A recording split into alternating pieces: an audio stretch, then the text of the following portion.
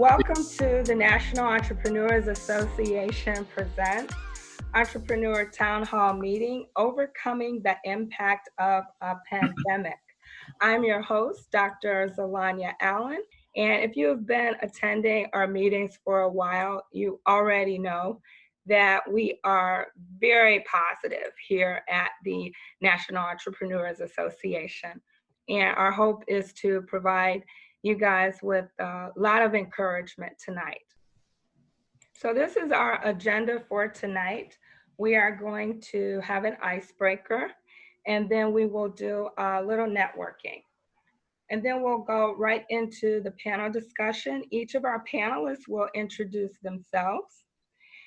And then I will ask them a few questions to get the conversation started. And then you guys will be able to ask questions. If you want to just type them in the Q&A, you can, and I will read those. You can also raise your hand, and I will get to as many questions as I can and let you actually ask the questions yourself. We'll have a closing statement from our president of NEA Michigan, and he will leave you guys inspired. We put this town hall together because a lot of entrepreneurs are struggling right now.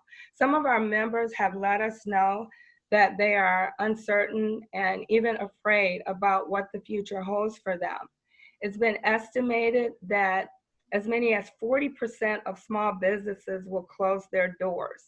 So we wanted to provide an outlet for entrepreneurs to express their concerns as well as get answers to their questions.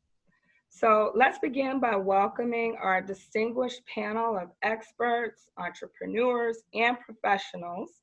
And we're just gonna go in alphabetical order. So let's start with Dr. Eddie Connor, president of NEA Michigan. Good evening, everybody. So glad to be with you all. Looking forward to a spirited and robust conversation. I'm Dr. Eddie Connor. I'm honored to be a part of this distinguished panel of entrepreneurs and, of course, thought leaders. Thank you, Dr. Allen, for the invitation. Yes, I am humbled to serve as this year's president of the National Entrepreneurs Association. In conjunction, I am a professor, empowerment speaker, and author of 11 books. And so looking forward to contributing to this really culture-shifting conversation to really empower entrepreneurs as well as those who aspire to be tonight. Awesome, thank you. So next we have Olivia DeMoss. Olivia, are you Yes, here? hello everyone. I'm absolutely thrilled to be here with you today. I'm Olivia with Joy and Abundance by Design from hot Phoenix, Arizona.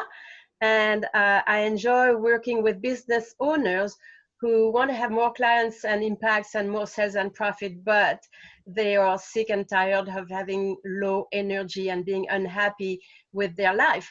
And one of the things that I'm particularly fond of is helping them improve productivity and resilience through cutting-edge, nature-inspired coaching and retreats, thus enhancing revenue, impact, and satisfaction. Wonderful, thank you, Olivia. Let's go to Sean Gray from the SBA. Hello, everyone. Pleased to be here with you. I'm Sean Gray of the U.S. Small Business Administration Michigan District Office. I have worked in economic development for over 15 years and really excited to be here and hopefully inspire or support folks who are growing their small businesses and trying to navigate this very newly formed environment. And really excited too, as the son and grandson of entrepreneurs and nephew of entrepreneurs, just all entrepreneurs in my family. So when I work with entrepreneurs, to me, it feels a lot like working with my family, and hopefully I can bring some of that energy tonight as well. Wonderful, thank you. We are glad you could join us. Mike Grewley. Hi, everyone. I'm so glad to be here. Thanks for inviting me. My name is Mike Grewley. My company is One Vision Advisors. I'm a 30-plus year entrepreneur. I'm a leadership team coach and EOS implementer. And we all know that certain highly successful business owners find that their success creates a certain level of chaos and complexity that sort of stalls their growth, limits their profits, and generally makes their life less fun. And they really start to feel stuck. And I know that feeling. So I help successful business owners get unstuck by helping them implement an organizing framework that helps them go from chaos to control and get the growth they want and the profits they want and also the life that they envisioned when they first started out their business. So really glad to be here. Thanks for having me. Thank you, Mike. Let's move to Dr. Lee Meadows. Hi, so thank you all. Thank you for having me. I look forward to this conversation. I love the panel you put together, so I'm humbled to be a part of it. My name is Lee Meadows. I'm currently a retired professor of management at Walsh College, having retired just over 10 days ago. I have worked in the field of business and leadership development for a number of years. And the thing that I enjoy most about being a part of this panel is that while I've always had a chance to work full-time, I've always managed to keep one leg in the entrepreneurial world for any number of years. And now that I've officially retired as a full-time professor of management, it allows me room to begin to explore and expand the entrepreneurial part of Meadows Consulting. So for me, it's an opportunity to talk about some of the ways that I've been a part of it, but also to have an opportunity to expand. So I'm looking forward to being here and sharing insights and listening to the insights of my fellow panelists. Thank you. Wonderful. And I met Dr. Meadows back in the 90s, and I'm dating myself. But I remember reading in your bio that you read something like 200 to 300 books a year. Is that still the case? No, it's gone down a bit because, you know, the eyes move around in a different kind of manner now. They go in different directions. But yeah, I'm still an avid reader, so I probably average closer to 50 to 70 books a year now. Awesome. I just found that so fascinating. Okay, let's move to Lydia Michael. Hi, everyone. My name is Lydia Michael, and thank you to Dr. Allen for having me on today's panel. I'm excited to be here with everybody else. And I am the president and owner of Blended Collective. And Blended Collective is a multicultural marketing and brand consultancy. We are based in Detroit, Michigan, and really focused on working with brands, whether it's small to medium-sized businesses or corporations, to really help them understand how they can reach, engage, and connect with diverse audiences. So lots of B2B, lots of B2C. We're very much focused on strategy work, as well as diversity, equity, and inclusion work. Awesome. Thank you, Lydia. Ross Sanders. Hello, everybody. Again, my name is Ross Sanders. Thank you for having me. I'm the manager of corporate partnerships at Lawrence Tech. We're a small private university engineering college in Southfield, Michigan, just outside of Detroit. My entrepreneurship experience goes back about 15 years. For the last 15 years, I've really helped build the Detroit's entrepreneurial ecosystem. And back in 2007, I launched an entrepreneurship program that funded and mentored tech-based startups. We launched about 80 tech-based startups out of that program, helped them raise about 17 million.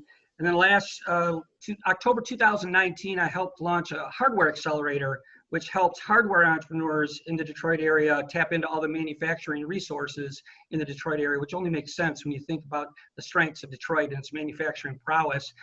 So I don't know how many of you are familiar with the growth of Detroit's entrepreneurial ecosystem over the last 15 years, but it's come a long way. So I've seen a lot, I've learned a lot, and I'm happy to help where I can. Thank you, Ross. Tina Williams. Hi, thank you, Dr. Allen, for having me on. I am the founder of QT Business Solutions. I used to work at Chase and Fifth Third as a small business banker. I am also the VP of the National Entrepreneurs Association and a graduate of the Goldman Sachs 10K Small Businesses. and helped a lot of people, a lot of entrepreneurs navigate funding in this time of need. There was a lot of money out there, and a lot of times, the business owners needed some technical assistance or just confidence to apply for it. So that's what I do. All right, wonderful. So there you have it. That is our panel. And I feel the need to give you guys a round of applause. Mhm. All right, so let's get started with our first question. One of the challenges that entrepreneurs are having right now is dealing with the stress of it all. It's a lot. So I'd like to hear from our panel how you've been handling the stress of a 6-month shutdown, quarantine, laid off employees, um, less income, less clients, or whatever you're dealing with. A lot of people are having some mental health issues. So how have you been dealing with the stress, and what advice would you give to others? Well, I would start by saying that obviously what this situation has done to all of us is it's made us less mobile, made us less physically interactive. So, we're confined to the home. We're really confined in terms of how far out we go and all that. And so recognizing that it has some interesting mental health issues, I think one of the ways that I've had to cope with it is to, I give myself room to be physical. And by that, I mean, I make sure that I'm up in the morning because I normally like to sleep in. But I get up in the morning and I take at least a 2-mile walk just as a way of being able to physically get out and get some movement. Get the body going, get the mind going. Walking is good for reflective thinking. Sometimes it helps me start to strategize how I'm going to deal with a number of virtual meetings as I get through the day. And I think having that kind of break in the morning before I engage in stuff, and then being able to take a little bit of time after that, is just a way of trying to keep yourself mentally sound. Because this is an unusual set of circumstances which a number of people find themselves confined to home. And while there's been a lot of good data about what's been happening with that, just being mindful enough to take care of yourself. And if that means nothing more than just some physical movement beyond the chair that you're sitting in, I think that's one of the things that's been helpful to me. Absolutely. And exercise doesn't have to be strenuous. I was a walker before all of this happened, but since this happened, I walk 5 miles a day now, just out in nature, and that does a lot to relieve stress. Who else would like to chime in on that? Tina, I see your hand. I have been using some time to bone up on my personal development. I've joined a few personal development communities, and like Tony Robbins and Dean, those type of people, and they have some excellent things. Even like yours, Dr. Allen, you have things that are going to feed your personal development, yourself, and maybe with your mantras and things like that. That's really been helping me through this. Awesome. Mike, I saw your hand.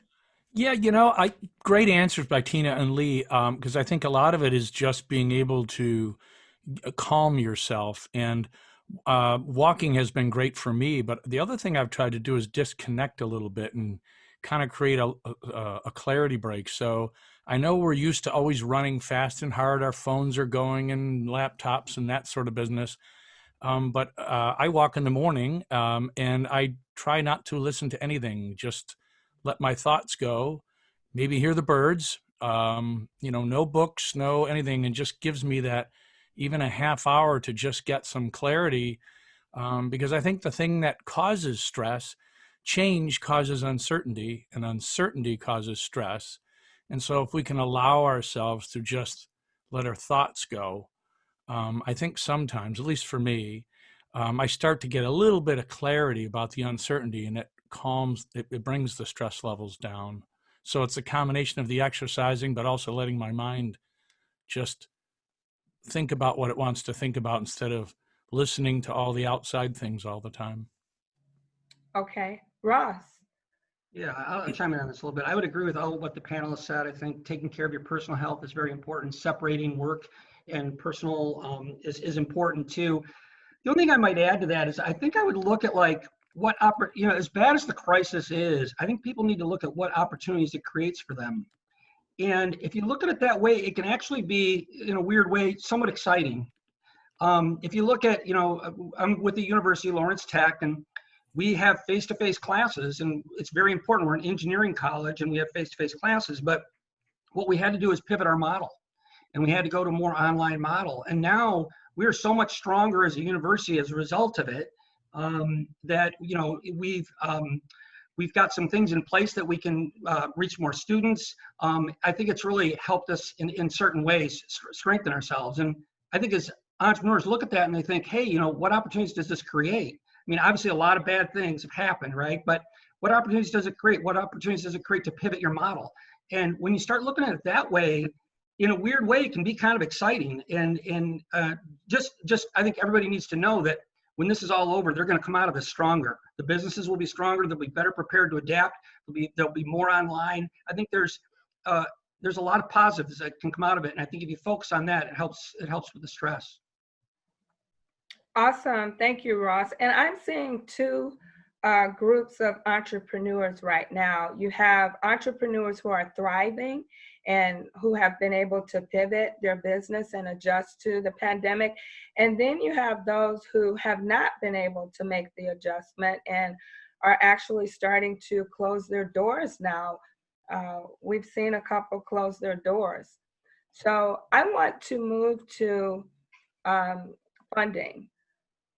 Because obviously if you're not doing business, you're not going to have the income that you used to have to pay employees, to pay yourself. So I want to go to Sean with the SBA.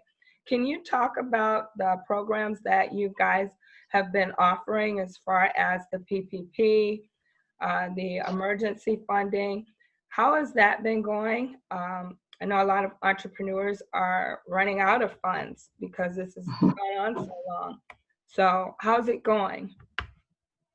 So we currently still have available the economic injury disaster loan. The applications for Paycheck Protection Program have closed.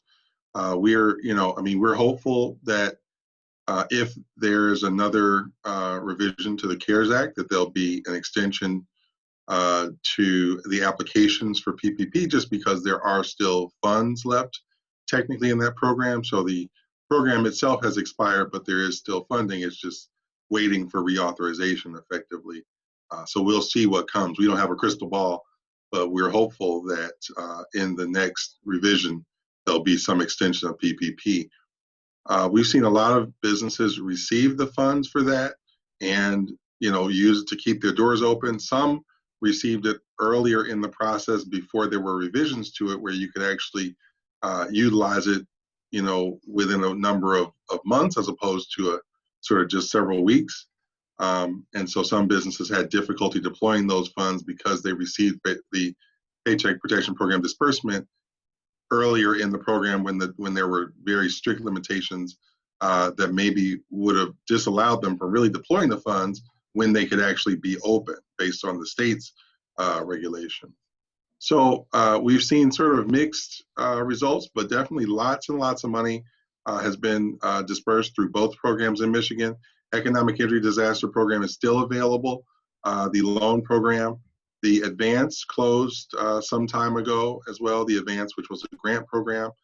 Other grant programs are, sort of hit and miss right now. They mostly have been through the CARES Act funding that we've seen, which went out to the state and then on to counties and cities. And most of those cities in the larger metros and some of the smaller metros had, one or two waves of applications and then sort of wound down due to, deploying the funds. So we're hopeful that in a revised or updated CARES Act, there would be new funding opportunities as well for those grants. Again, we don't have a crystal ball. So right now, what's open for people to apply for is the economic injury disaster loan up to $150,000 based on losses. Not many, I mean, most businesses don't want to come out of this with much debt at all. But as far as debt goes, typically 3.75% interest isn't going to be isn't the worst interest rate ever. And not many opportunities lend on losses. The economic injury disaster program lends specifically on damages or losses due to the disaster. So that's pretty uncommon. So as a way to survive and as a way to keep your doors open, if you are eligible for the loan, the economic injury disaster program is still a great opportunity. There's also the SBA Debt Forgiveness or Relief Act, which basically if you already had an SBA loan, you would get 6 months of forbearance on the loan with the SBA paying your principal and interest. Okay, and how would people the programs that you mentioned? So they would just go to sba.gov/. There's one that you can actually just, if you go to sba.gov, you can actually see there's a yellow banner at the top of the page that says COVID-19 relief, and you can click through that link to apply for the economic injury disaster loan. They've simplified the application pretty greatly, and it's a pretty quick process. Awesome. So I want to go to Tina Williams because she's a financial expert. Can you talk about other options that entrepreneurs may have to increase funding other than the ones that Sean talked about? Yes, there are quite a few COVID restart grant programs that are happening. I don't know if we have a lot of people outside of Michigan, but if you go to medc.org, there's a lot of grants on that website that there are various grants. Also, we have some funds from LISC.org. We have some funds from Detroit Development Fund. These are all Michigan-based, but if you're outside of Michigan, you can always go to your state's economic development corporation and type in restart grant, and you will be able to find a list of grants that are available. There is a new fund that is out there for African American businesses that someone sent me. If you guys want, I can kind of put a list of the ones. If we're just Michigan, there's about 20 that are live right now that I can put a list of, and then, everybody can just go in and pick which grants they would be available to apply for or eligible to apply for. Awesome. Anyone else have comments on funding or finance? Ross? Yeah, real quick. I mean, I would rely more on the other panelists, but there's kind of two additional ones that I was able to identify. One is, if you're in the Detroit area, the New Economy Initiative has a COVID Resource Center, and that's got a bunch of financing options out there and resources to secure funding. So it's the New Economy Initiative COVID-19 Resource Center for Small Businesses. That's our New Economy Initiative. And then the only other thing I would advise is if you are outside of the city, just to go to your chambers of commerce. I went to the Detroit Regional Chamber of Commerce. There's all sorts of information on there in terms of financial assistance, grant programs, different resources. So that's the only thing I would add to that. Awesome. Anybody else have anything on funding? Lydia? Yeah, so I have two things actually. One is local, one is national. So for the local one, there's a website called DetroitMeansBusiness.org, and that typically has a lot of resources all throughout COVID. Doesn't just include grants, but resources in general that are helpful to entrepreneurs. And then another one I wanted to mention, and this is a program under the SBA actually, Sean, the SBDC program that also received funding from the CARES Act and was sourcing various consultants to come on and provide packages and services in their fields. And so we were recently brought on as a marketing consultant at the SBDC to work with up to 10 clients between now and at the end of the year. And so the clients that come on are SBDC clients specifically. This initiative now that we're working on is in Michigan, but I'm pretty sure that exists in other states here in the US with the SBDC regionally. And so what we're doing is we're providing marketing services, different packages at about 25 hours where we work with the client together, and the client really doesn't have to pay anything. Again, it's all funded by the SBA or by the SBDC through the CARES Act funding, but they're also eligible to, if they are eligible, then they can receive different types of support. So it's not necessarily money, but essentially if you look at it in a way where you would be paying somebody to receive those marketing services or accounting or finance services, whatever it may be. So I think that's another good resource for entrepreneurs.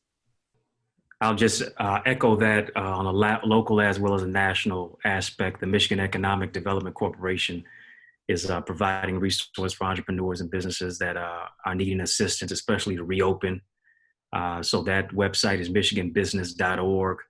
And then a friend of mine just clued me in just the other day that more than a commercial slogan, Nationwide is literally trying to be on your side. So they are seeking to give relief to businesses impacted by COVID-19 through their website. You can apply at nationwide.com. Okay, awesome. Lots of resources out there. My next question is, we keep hearing this term new normal, so which is disheartening to me. But what are your thoughts on that? Do you think we'll ever get back to the old normal, or do we need to just go ahead and make some permanent adjustments? And to that end, I'd like you guys to talk about technology. How have you been using technology to deal with the pandemic? For one thing, we're doing a lot of Zoom meetings because we can't meet in person. So address those two issues, new normal versus old normal, and how you're using technology to cope. Well, here's hoping that it doesn't come off as cynical, but I do think that whatever the old normal was, that's gone. If for no other reason than the fact that we do Zoom more and what that has done in terms of shifting the mindset, shifting how people interact, so that even when they return to the workplace that they're returning to is not the one that they left. You know, it's almost like if I can use this analogy, it's almost like in March, the ship pulled up to port and we disembarked. And when we started pulling folks back in July to get back on the ship, it's not the same group of people, because one of the things that's going to happen is people with whom you have relationships with who've been furloughed won't be back in the workplace. It's now shielded. You know, it's going to be more sanitized, and it's really going to be much more dependent on this kind of virtual world. So, you know, we were thrown into it, you know, kicking and screaming. But now that we kind of immersed ourselves in it, that new normal is going to be one in which the virtual way of interaction is just not going to go away. All right. I'd like to hear from Olivia. I don't think we've heard from her yet. Well, I'm not one to talk about technology. I do spend a lot of time on Zoom for sure. And I want to say I'm glad that the old normal is gone, actually.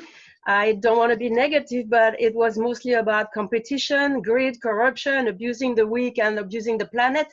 And we have become so disconnected from others, from ourselves even, and from nature. And we have become insensitive to the suffering of others that we have created. And we have lost all common sense. So I think that this crisis is actually giving us the opportunity to wake up. And our species is either going to become extinct because of our stupidity, or a tipping point will be reached hopefully soon. And a critical mass of awakened people will help usher in the age of Aquarius, carrying humanity to the next stage of evolution. So I wanted to say also that stress happens when demands are greater than our capacity to respond. And I wanted to give you a few tips a little bit earlier. Learn to say no, especially as an entrepreneur. We are mostly ADD and we work really, really hard. So learn to say no and be mindful of the company you keep. Get rid of the relationships that don't support you. Guard your boundaries and be selective about what you can actually handle. And this is not as hard as you think. It's just one syllable. So repeat after me. No. No. This little word is sufficient. You don't even have to give an excuse. Just say it again. No.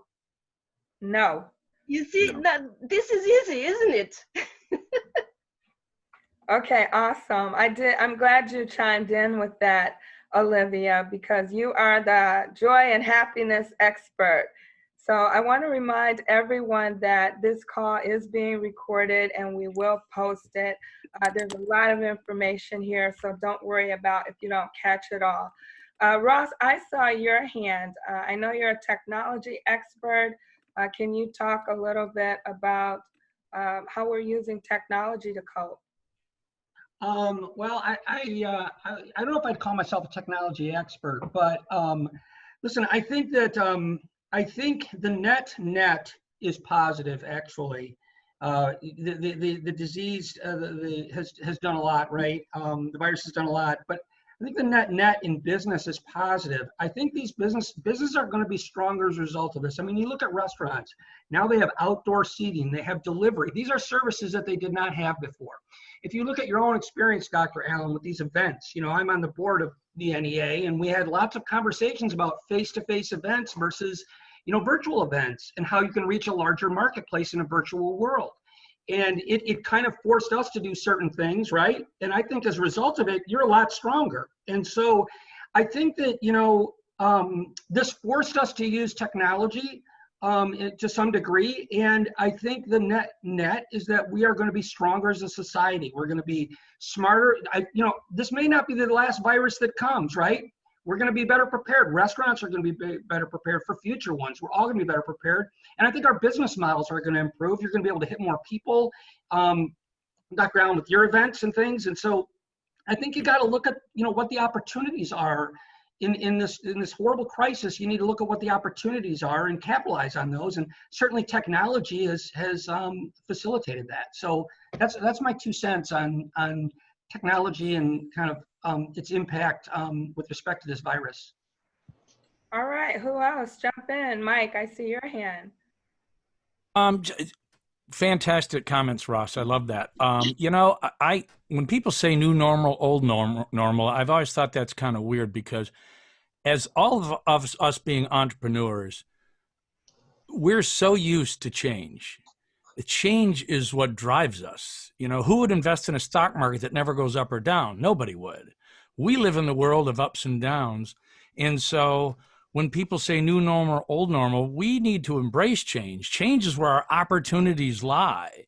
And so, you know, sometimes change hits us across the face like a 2x4, but great entrepreneurs get up and say, okay, what's my next opportunity? Because there's always seeds of an opportunity in these, what feel like setbacks.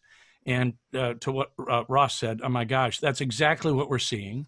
It strengthens us. It makes us better. And so when people say new normal, old normal, it's just normal for us because we're always changing. Even in good times, it's changing like crazy. So I say, embrace it and go after it and find your opportunity. And if you can't do that, maybe you want to rethink of whether you're built for being an entrepreneur, because I think we have an advantage over the rest of the world in this one way, because we seem to thrive on change. Awesome. Those are great comments. Yes, Lydia. I just wanted to add to that. I agree with everything all of the panelists said. I think with change and just us evolving, I think this time during the pandemic, during COVID, it really showed us as entrepreneurs if we're built for this, right? Because if you're not, then the persistency, the determination, all of those characteristics that define an entrepreneur, I think we were put to a test throughout this time to really see, you know, is this something that I can deal with? Is this something that I can handle? And, you know, how how do I get through this? How do I not focus on the negative and the stress and the anxiety that everybody is dealing with of some sort in some capacity? Yes, but how much time are you going to spend over there?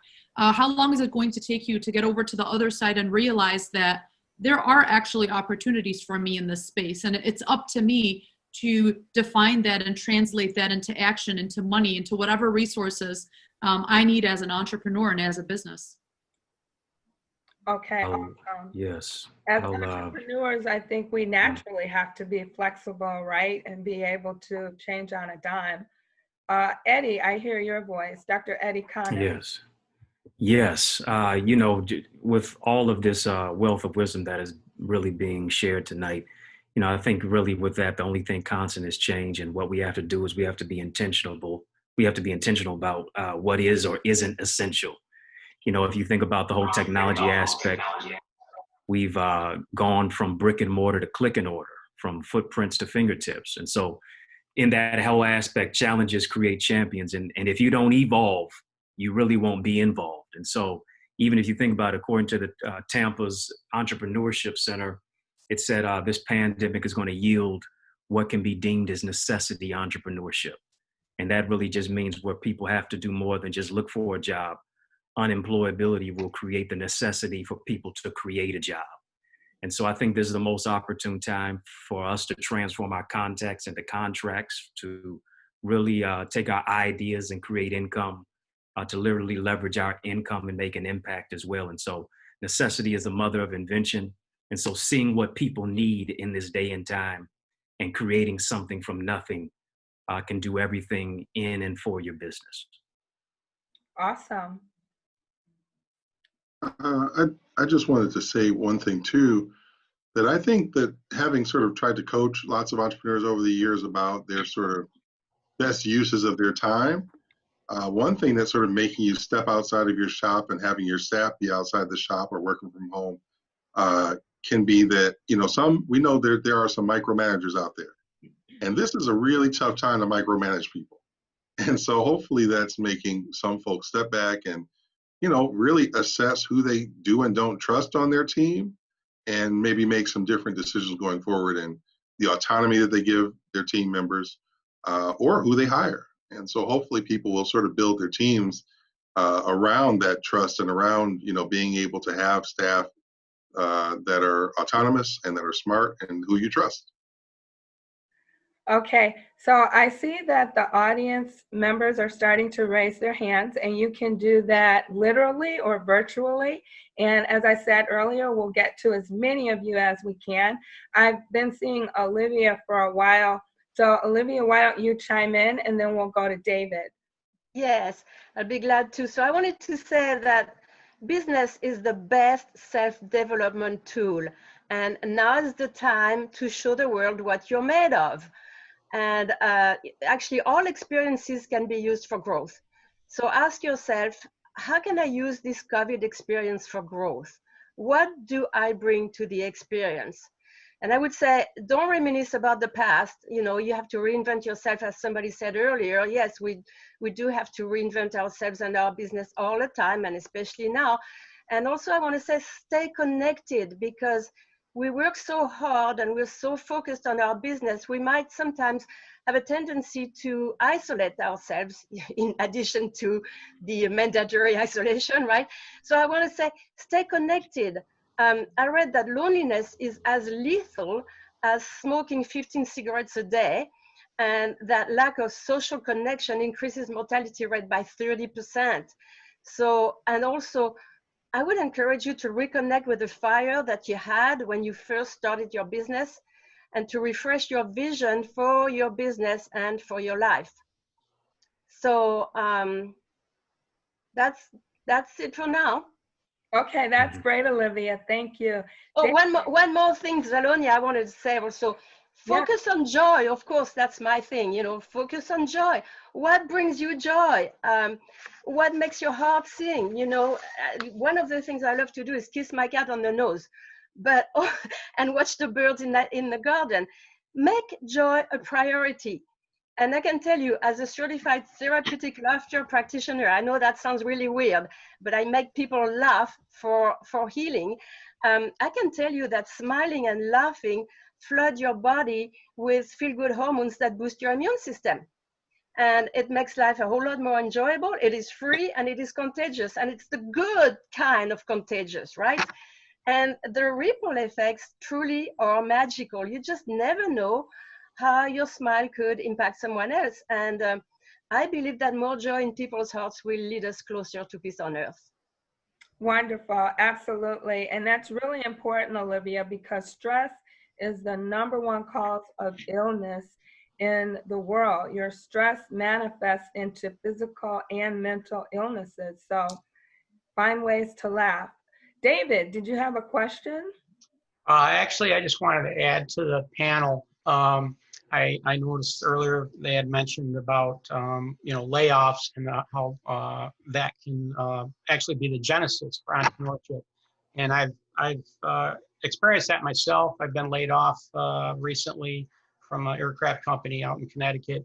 I live here in Arizona now. And I used to be an entrepreneur years ago. I actually was a magician. And in respect to technology, I know it does change. But if you think outside the box, you can crop up a new business, especially now since a lot of people aren't accustomed to being alone with the social distancing, COVID and everything else.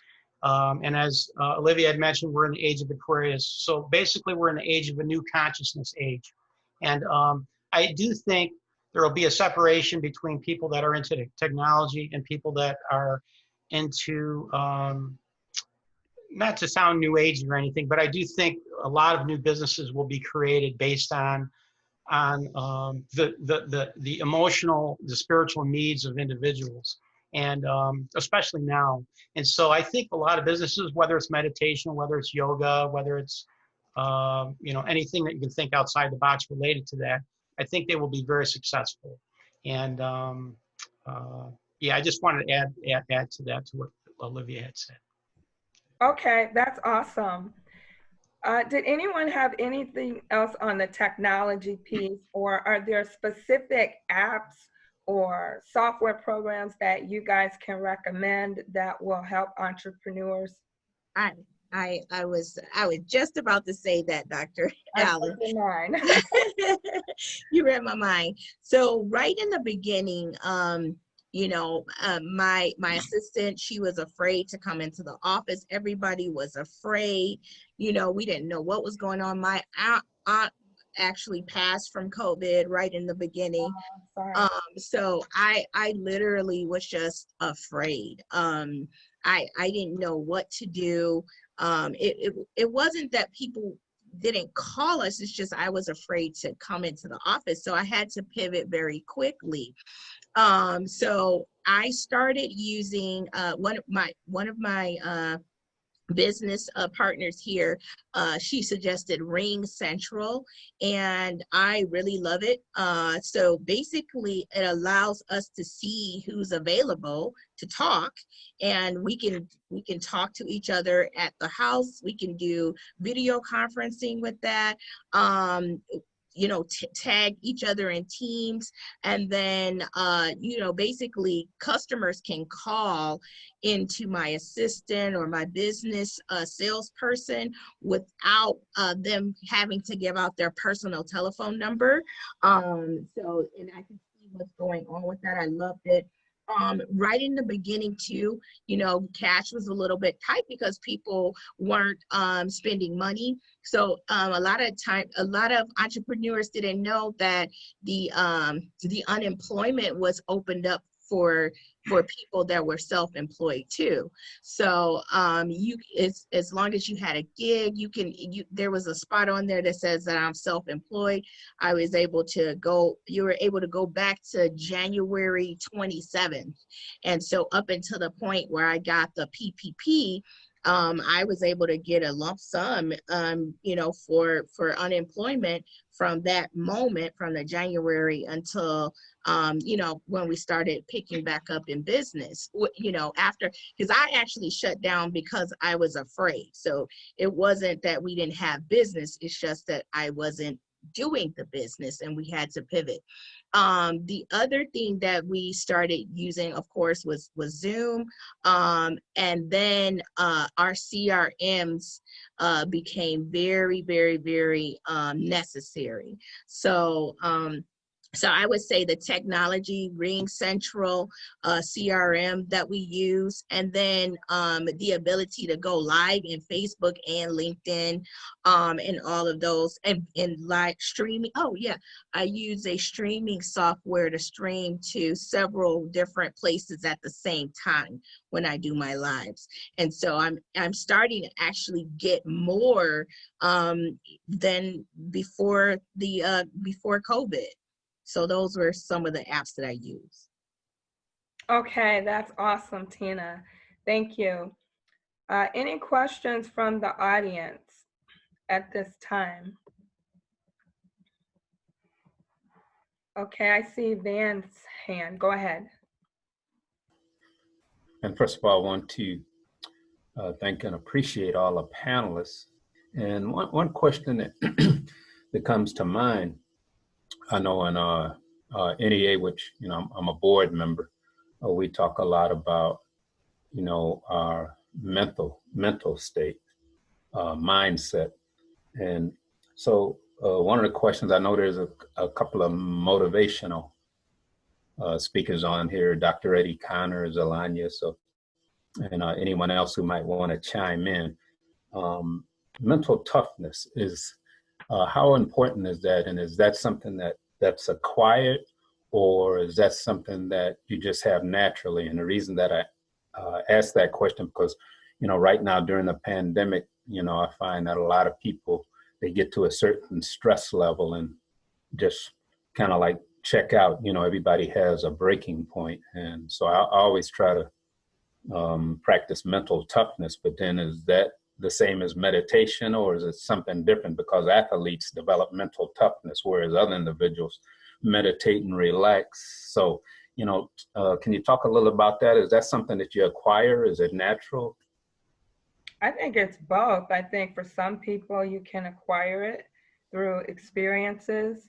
I know I've been through some stressful situations that now when I deal with little stresses, it doesn't bother me because I've been through a lot. And I think that's the upside to going through stress. And like someone alluded to earlier, I think a lot of people will be stronger coming out of this pandemic because of everything that we've had to deal with. What also works for me is affirmations. And I know people hear that a lot. Some people probably already do it, some don't, but it's really powerful because it impacts you on a subconscious level. Essentially, you are reprogramming your subconscious mind. So what you constantly tell yourself becomes a reality. And then lastly, the people you associate with. If you're constantly around people who are afraid, who are talking doom and gloom, you're going to be impacted by that at some point. So I try to get around people who are just really positive and really strong, and that helps me. So. Yeah, I will say, you know, today I went to the doctor today for my annual because I'm in the long-term effects because 2020 marks 20 years of me being cancer-free. And so I have to go every single year and visit my oncologist. And they asked me today, they said, how am I been doing? They haven't seen me since last year, since 2019. Now we're in COVID-19. They said, how am I doing with all this pandemic going on? And I told them, you know, really, I've been in a place of peace because even when you can't go outside, I found an opportunity and a place to be able to go inside. And I've been able to pivot in a pandemic. And they said, well, how have I been able to do that? I said, well, doc, you know, as you know, I've been through my own personal pandemic. I know what it's like to have to wear a mask. I know what it's like to quarantine. I know what it's like for people to be afraid of even being around me for fear of whatever they may have to catch or think they may catch. So not being new to this, but being true to this, but in my own specific way, and finding the opportunity to meditate, to be motivated, to practice mindfulness, which really becomes like personal medication to your mind and your body. And so being able to practice it, maybe it's not natural, but maybe then it becomes spiritual, physical, or it's done by repetition. And I think, we learn by doing it. So being able to put yourself in a place to where you mute the noise around you so you can hear the true voice within you, I think that really gives you the place to find peace, to be proactive, but not panic, but be able to pivot in this pandemic. Yeah, Ross. I'm sorry. Mind if I chime in on that one? Yes, Ross. Yeah. Van, I'm not a motivational speaker. I read about it a lot. I read about personal development. It's kind of a thing of mine. And I don't know if you've ever heard of the book called Grit, but it's a popular book out there. I haven't read the whole thing. I started to read it. There is a video out there about it, but I've heard the author speak on several occasions and lecture. And basically what they tell you is that like nothing is more important than success in life than grit. Talent is not more important. Money is not more important. All these other things, grit and mental toughness is one of the most important things. And her conclusion is it can be developed over time. People can build their grit muscle. And they do that by changing their habits, and they change them one habit at a time. There's another book called The Power of Habit, which I have read, and it's about how you go about changing your habits. And the basic recommendation is you start with one habit at a time and you build it. And once you are successful with that habit, it gives you confidence to change the next one, and the next one, and the next one. They brought up case studies with swimmers like Michael Phelps and several others and how they built their habits. And so the basic conclusion was that there's nothing more important than grit, and grit can be built over time. It used to be thought of as something that you were born with, but it is no longer. The research has proven that grit is something you can develop and build over time. So that's my 2 cents. Excellent. Excuse me. Just Is that, I see Weston Service. I'm not sure of your name, but your hand is up. Good evening. My name is Sonia Weston to everyone. And I just want to just kind of share, being in the travel industry during this time, I think our industry was hit extremely hard first. And for me to have a positive attitude throughout this entire pandemic was surprising to me. But what I was able to do, one of the key words is pivot.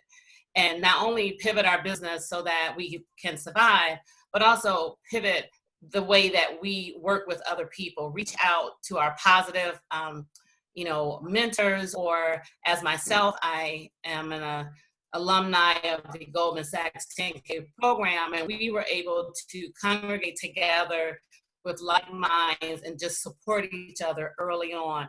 And that's what got us through. So as my other entrepreneurs, I would tell them, you need to hold on and link up with other entrepreneurs and keep them positive, because it was tough for all of us. So I appreciate all that you're telling us today, because we always need to reinvent ourselves. So to pivot and find a way that works for you, and then also to connect with others is really a survival kit that I was able to use, being someone who was in a business that actually survived 9/11 when my mom owned the business. So I know I had to find strength from within to survive during this time. So thanks everyone for your input, and hopefully that will assist someone else in just being a little stronger during this time. Absolutely. Thank you, Sonia. Olivia. I want to mention something that usually people don't think of. It is sleep. Because you can eat well, you can exercise, you can meditate every day, but if you're not sleeping well, your health will suffer. We know that poor sleep means poor brain function, lack of focus and resilience, poor productivity, blood sugar imbalances, unhealthy food cravings, mood swings, and a whole lot of physical, mental, and emotional issues. Sleep deprivation directly reduces the production and the performance of our killer T cells, which are our soldiers against infection. And people don't understand how critical it is to have quality sleep, because it's during sleep that your body repairs. And in the current situation, of course, it's more important than ever. And a well-rested body is actually the best asset you can have for grit. Okay, I want to move to our next question, retaining clients. A lot of businesses are losing clients to online stores. We're seeing big box retailers like Lord and Taylor closing. So what advice would you give entrepreneurs to retain customers at this time? You know, I can sort of speak to that. I just had a really great call with a Michigan-based entrepreneur who is doing new things to retain her brick and mortar business and really grow it online. And we just had a great conversation. Her energy was great. And she's taken that energy and that customer service and that focus on her unique customer base and put it on, YouTube and Facebook and a couple other platforms.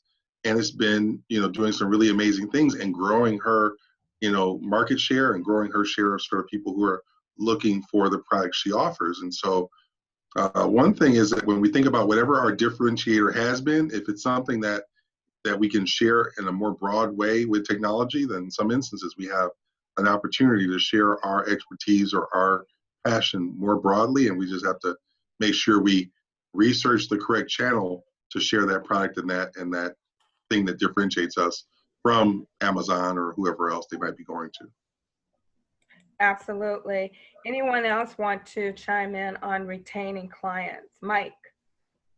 To tag along with Sean there, I think sometimes as business owners, we forget what our real value is. And I would argue that in many cases, the value is not that we happen to have a brick and mortar store or whatever it is. That's just a delivery method. That our real value is embedded somewhere else, because clearly you're not going to probably beat Amazon, but you're doing something differently that people like. And so it's really, I urge entrepreneurs who face a distribution channel change to look back and realize what value they bring and realize they have talent, they have skills, they have a value that they're giving somebody, and all they're changing is the method by which they deliver it.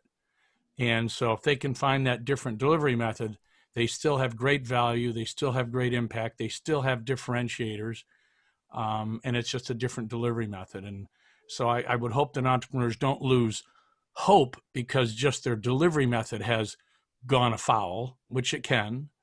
Find a different delivery method. You're still valuable, you're still talented, you still have gifts, you still have value to your customers. Okay, I see Sonia's hand again. Oh, Yes, those are great. Just great feedback. And, again, because unfortunately we had a lot of practice in trying to reinvent ourselves, we were able to reach out to our clients individually through a survey to find out what they were comfortable with as we move forward. And it helped us because no one knew exactly what to do. Everything was just so impacted and so different that we just reached out to our clients and said, hey, we're going to survive, but we cannot survive without you. You need to tell us what you're comfortable with doing. How long will it take for you to be comfortable to travel? What has to change? And from receiving that information, we were able to transition our marketing, our message, and then also just kind of service them where they felt comfortable speaking with us. So, it was a trying time for us, but that getting what your customer can definitely dictate the direction of your business now. There's one issue that I want to address because we're coming to the end of the call. We only have 20 minutes left. I think one of the things that the pandemic has brought out in our society is all the inequities. We're seeing a lot of protests around the country, and in some cases, cities have been taken over by protests. So I want to direct this question to Lydia, and then Dr. Connor, if you can chime in. I know you just wrote a book on race, but we're dealing with a lot of the isms right now. Ageism, because this disease has impacted elderly disproportionately. We're dealing with classism. People who don't have resources have suffered more. And of course, we're dealing with racism. So what is the importance of diversity, Lydia, in terms of entrepreneurship? And what suggestions do you have with, as far as how we can improve? Like, what can we do to come together, work together, and get along? Well, you know, that's one of my favorite topics because that's really what we focus on at Blended Collective, aside from the multicultural marketing aspect. But, you know, I can talk about this for hours and hours. I'll try to keep it short. But we have, you know, especially this year with the cultural landscape changing, we see that a lot of companies are trying to integrate their diversity, equity, and inclusion efforts, right? And it's important because one, we see that research shows you're a lot more innovative as a team, you're more creative.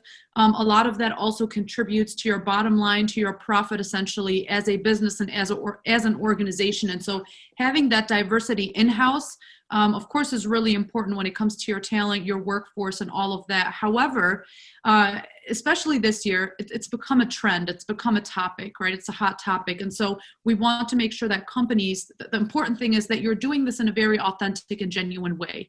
You're not doing it just to check off the box and be able to say, well, you know, we're all about diversity and inclusion, because at the end of the day, consumers are watching, everybody is watching, and you can tell when somebody is doing this in an authentic manner or if it's really just to do it. Because one, when a company or organization claims to be diverse, and the first thing you do is go to their website and look at their team composition, you look at their board and you see 10 people of the same culture, right? And so that in and of itself is a reflection of the organization. And so when we talk about diversity, equity, and inclusion, it starts with leadership buy-in at the top. And then a lot of that trickles down to representation, accountability. And so if you don't have that in-house and you're not able to really progress in that space where diversity, equity, and inclusion really shouldn't be its own department, lots of times, and especially this year too, we're seeing a lot of chief of diversity officers being hired, right? And so with all of the past like multicultural marketing campaigns that have been put out and that were very culturally insensitive, we saw that the quick solution was always, let's hire a chief of diversity officer, and you give them all the problems and they're supposed to fix it all. But at the end of the day, we need to realize that it's not just its own department. Diversity, equity, and inclusion needs to be folded into the core business strategy at a company or organization. It needs to be part of the bigger picture. So it's not just an HR effort, it's not just a marketing effort, it's an organizational effort. And so when you have that internally and you're slowly progressing in that space, you know, we see with McKinsey's latest research, they have a diversity series that they've been, I think the first one came out in 2014, that they put out the third report for just this year in May. And it shows that when you have more gender and more ethnic diversity, you're 25% and 36% respectively more effective, more profitable as an organization. And so I think once you have that mastered or you're on the right path internally, then you can start talking about and worrying about your output and your multicultural marketing, right? Because those two all go together. It's really a pathway. So asking yourself, how can I master this internally, and how can this be reflected externally through all of the marketing and the advertising we see companies doing? Awesome. That's great advice. I believe you get more creativity, as you said, when you're getting input from everyone. And then also, we've seen a lot of companies put out marketing and campaigning that actually offends people, but they're not aware of it until they put it out there because they don't have that diversity around the table. Dr. Connor. Absolutely. I agree and echo Lydia's statement. Which is what really galvanized me writing a book called America I Can't Breathe, Red, White, Blue, Black Lives, and Unmasking Race in America. And when you think about even diversity and inclusion, I think it underscores the exclusion in this nation, where freedom, justice, equality, and equity is continually being choked from Black, Brown, and Indigenous bodies in these yet to be United States of America. So when you think about the two pandemics that we're grappling with, yes, COVID-19, but also racism since 1619, Uh, we're grappling. People are waiting to exhale, trying to gasp for change, and looking at the social unrest, the police reform, which is really the civil rights movement of this generation, equity, and just really the whole aspect for creating change. It's ironic that even as we're on Zoom tonight, the chief diversity and inclusion aspect, the chief diversity officer, has been hired by a man by the name of Damon Hooper Campbell, a Black man who really just came into fruition, especially in the wake of Breonna Taylor and George Floyd and Jacob Blake and Ahmaud Arbery. And so looking at what needs to take place, not just from the bottom up, but from the top down, Dr. Ruha Benjamin, she writes in her book called, Professor Princeton, she writes in her book called The New Jim Code. And she really underscores the tentacles of systemic racism, which is really interwoven in automation, it's interwoven in technology. And so she said, we're living in times where race and technology have really created a social inequity, a social skewed aspect. And so we're seeing a lack of diversity in the tech industry all the way to Silicon Valley. And so I think there is a call for, as Lydia suggested, greater representation, greater diversity, greater inclusion, Black and Latinx representation within its executive organizations, within leadership, within, in many cases, the hierarchical structure, sectors like Amazon, of a Facebook, of a Google, of a Microsoft, of many of these Fortune 500 firms, to not only be purchasers, but to be producers.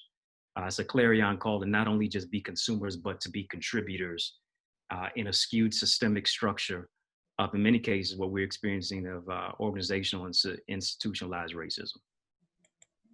Okay, one of the things I love about NEA is the diversity, that people from so many different backgrounds and age groups can come together and exchange information and ideas. And I think that just makes all of us better.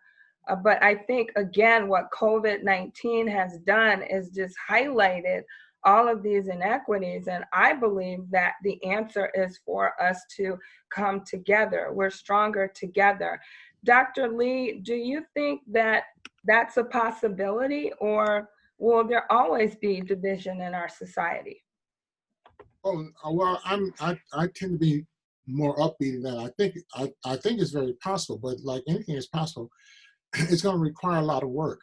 And a lot of that work really starts with how people can kind of find that kind of common values that, you know, that we share in terms of just that kind of our basic survival, you know, as citizens.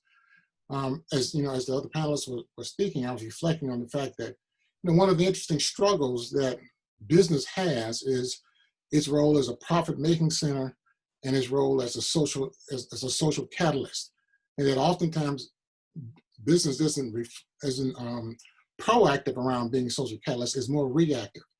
So when Lydia was pointing out the number of chief diversity officers who've been hired as a direct result of the pandemic and the social unrest and all that, well, that's in reaction too, because one of the things I was tracking prior to that was the number of diversity officers and number of diversity positions that were starting to fade away, because a number of organizations believe that either we're already there or, you know, that's not our responsibility. So I think it's possible, and in a lot of ways, business is going to have to be the catalyst for it, whether it likes it or not.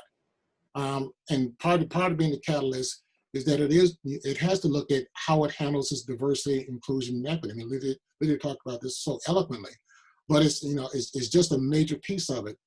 And rather than fighting whether or not we are an institution that promotes, you know, social will, but accepting the fact that in order for society to change from a business standpoint, business has to be much more reflective of that change. So yeah, I think it's possible. Okay, well, that's wonderful to hear. Anybody else want to chime in on this topic? Okay, so we have 10 minutes left. If anyone has questions, raise your hand. I want to ask you guys, if after all is said and done, you have to close your doors, what advice would you give to those entrepreneurs? I know some people, it's really tough for them. We've even heard stories of suicide. So what would you say to people who, they just can't make it work and they have to close? In answer to your question about what do you do if you have to close your doors, I think now is a great time to kind of figure out what you're all about, because during these times, being in challenges a lot of time is when, as they say, the cream rises to the top and you find out what your true skills and talents are, and to realize that you just have to, keep it moving. Think about what it is that you're working for. Is it family, the kids, your mom? Like right now, I have an elderly mom, and she kind of keeps me going because I promised myself I would be there for her. So during this time, that kind of keeps my mind going. So the bottom line is you have to find something, like I think Olivia talked about it quite a bit, is that turns you on, that opens your heartstrings, that's important to you, because a lot of times when you get caught up in that, that's how you survive, because you get so in tune with what it is you want to accomplish, and you just keep getting better and better and better at it. I've acquired, a lot of new skills since the pandemic, so I'm actually having a good time, so to speak. All right. And I would add, if you have to close your doors, it's not the end of the world. You can start another business. So just stay positive and, think of what else you might be able to do. It may be an opportunity to do something else even better. Ross. Yeah, I would just chime in on that. I think it's kind of like three things. One is obviously just take care of your personal health, right? If your business is closed, all the things that panelists have talked about. But I think just learning from it and moving on. You got to, if you're an entrepreneur, you got to have toughness. You got to learn from this and move on. And so, you look at all the opportunities that are now. I agree with you. Learn from it and then go launch another business. I mean, that's what entrepreneurs do. And if you look at, here's the industries that are really thriving right now: bike sales, at-home fitness, delivery services, exergaming, organic foods, home office equipment, home gardening.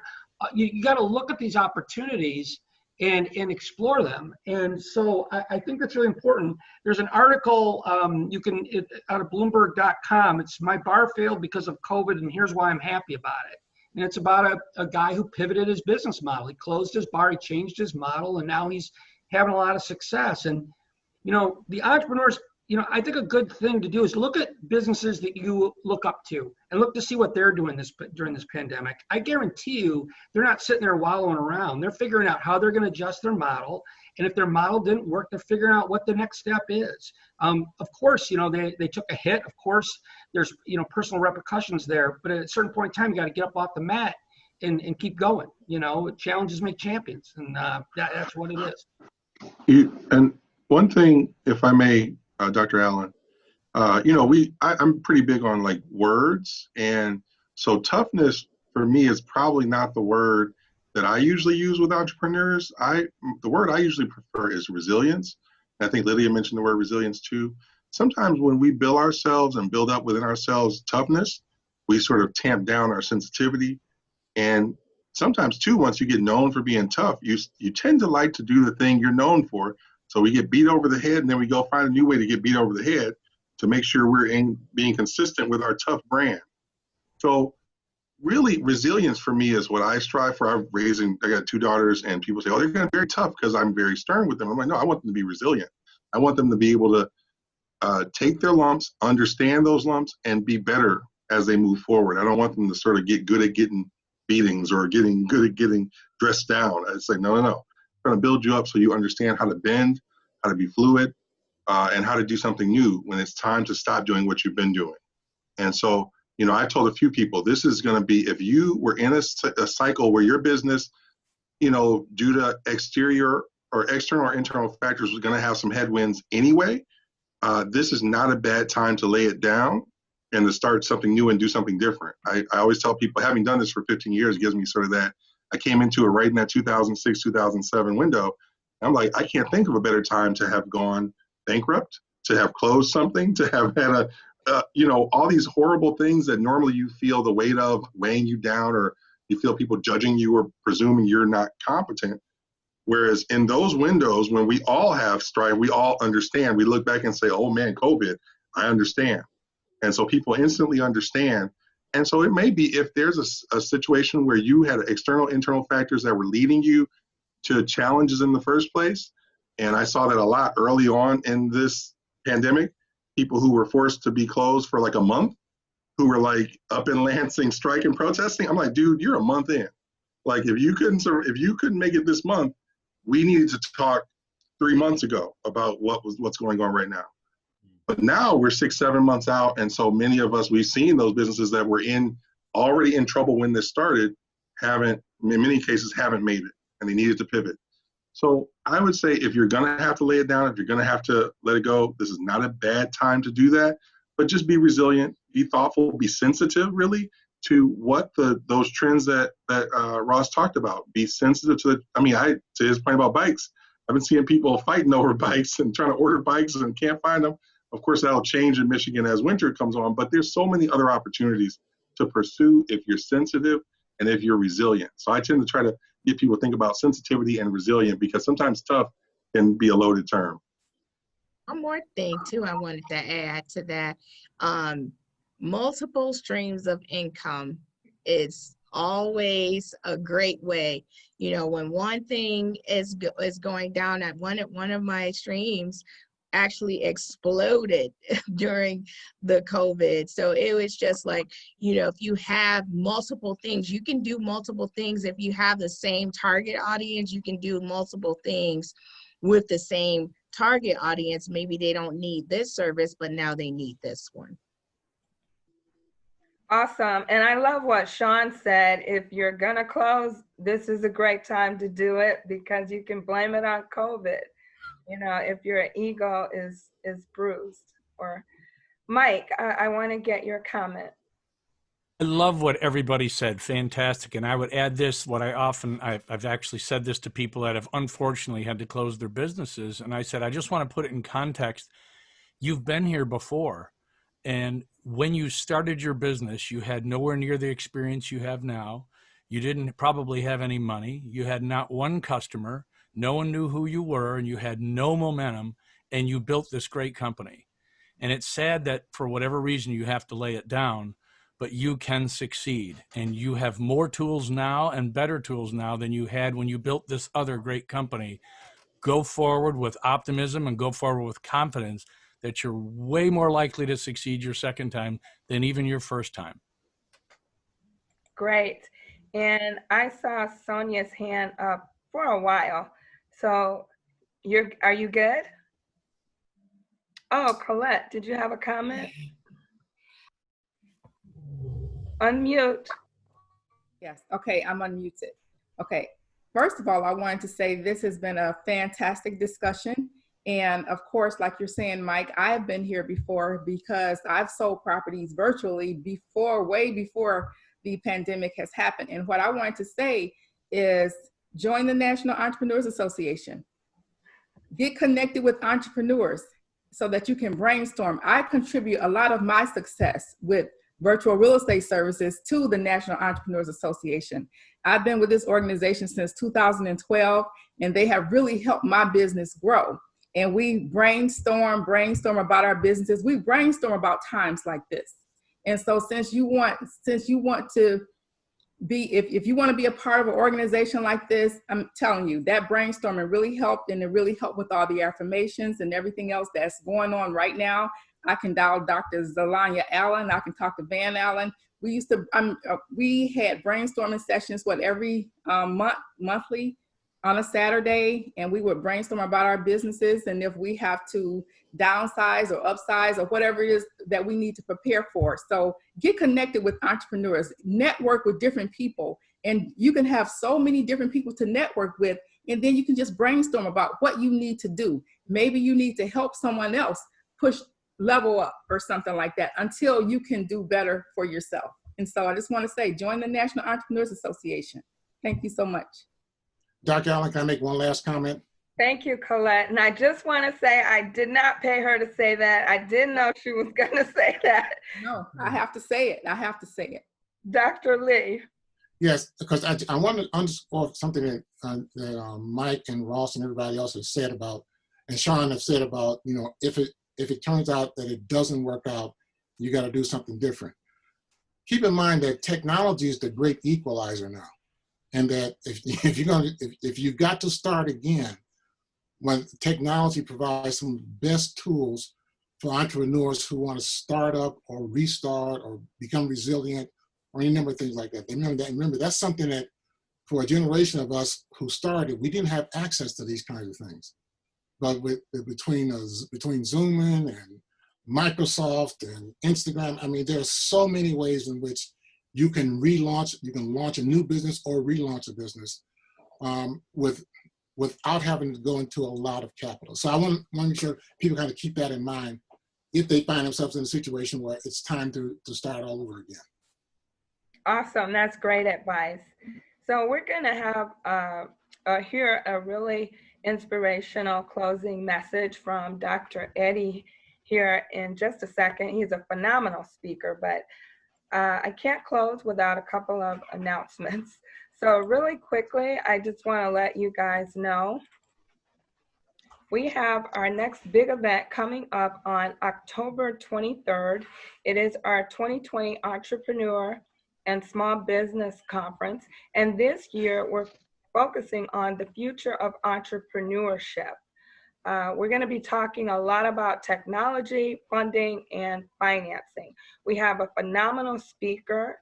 He's actually a Detroit entrepreneur, Dave Zilko, and he was the mastermind behind a deal to sell the #1 salsa company to Campbell Soup for $231 million. So you'll have an opportunity to ask him questions. This was a bankrupt company that was completely turned around.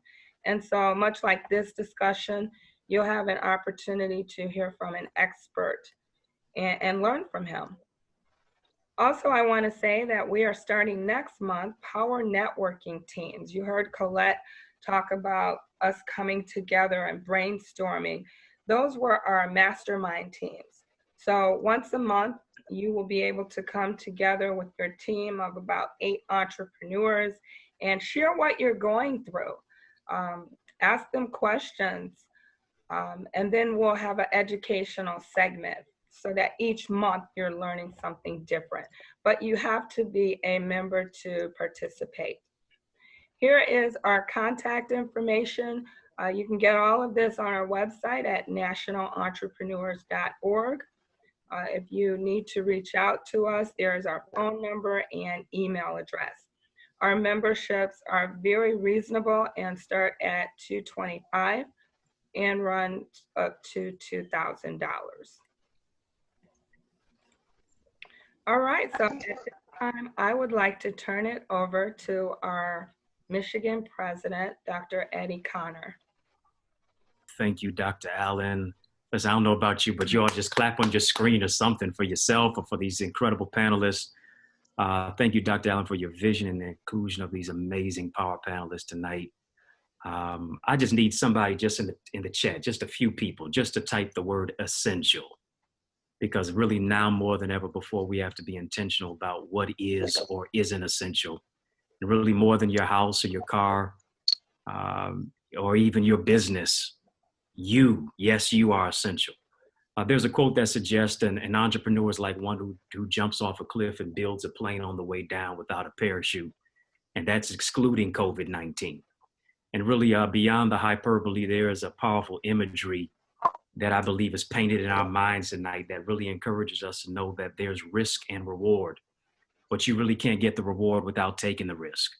And I think there has to be a mix of preparing for what we prayed for and strategizing to unlock the door.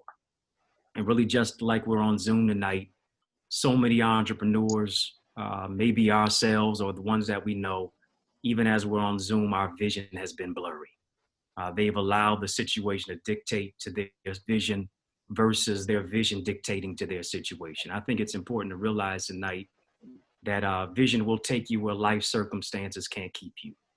Vision and strategy will open the new doors of opportunity in your life. According to Black Enterprise, less than 40% of Black businesses are still operating due to COVID-19. As you know, this is the fastest and the furthest decline of any race in America, and really close to 50 million Americans have filed for unemployment.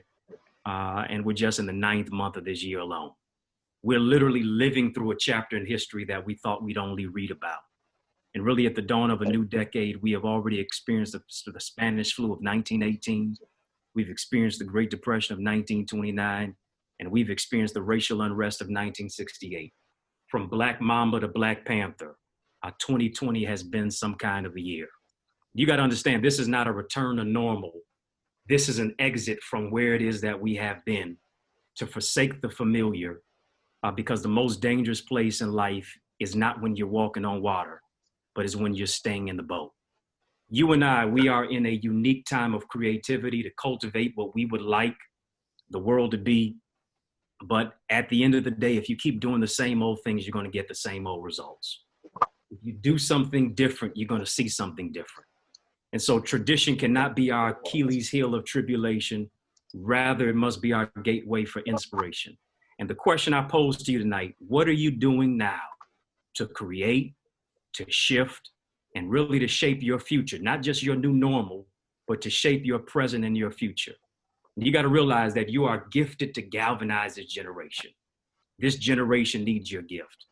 You're not new to this, you're true to this. Why do I say that? Because you and I, we've made it through SARS to soar like stars. We've made it through swine flu and bird flu. We've made it through all of that to be the Eagles and the champions that we are and spread our wings. We've made it through Zika and Ebola twice. Yes, we're socially distant, but now we cannot afford to not be socially interconnected. We are most blessed to be alive, to breathe life, to strive, to survive, to thrive. And we got to realize that we got to be optimistic. Our best days are not behind us. They're still ahead of us. And even as Dr. King declared, even if I knew that tomorrow the world would go to pieces, I would still plant my apple tree. As an entrepreneur, as the visionary that you are, as the leader that you are, as an innovator as you are, it's time to plant seeds of strength. It's time to go back and plant that business. It's time to go back and begin to plant the seeds to write that book and change the trajectory of this generation and not be shaped by tragedy, but begin to shape victory for the future, because a job is what you're paid for, but your purpose is what you're made for. And so tonight, discover it, walk by faith into it. Don't panic, pivot. Don't panic, be proactive. Don't panic, find peace, and you will prosper in this pandemic. And all in all, if you join the National Entrepreneurs Association, you'll be able to do all that and more. I'm Eddie Connor, and I approve this message. Awesome. Here are your applause. Appreciate you. All right, thank you. I failed to mention that if you register tonight for our conference and enter promo code Town Hall, you will receive 50% off. So don't panic, pivot, and join us for our 2020 Entrepreneur and Small Business Conference. Thank you guys, and have a wonderful evening.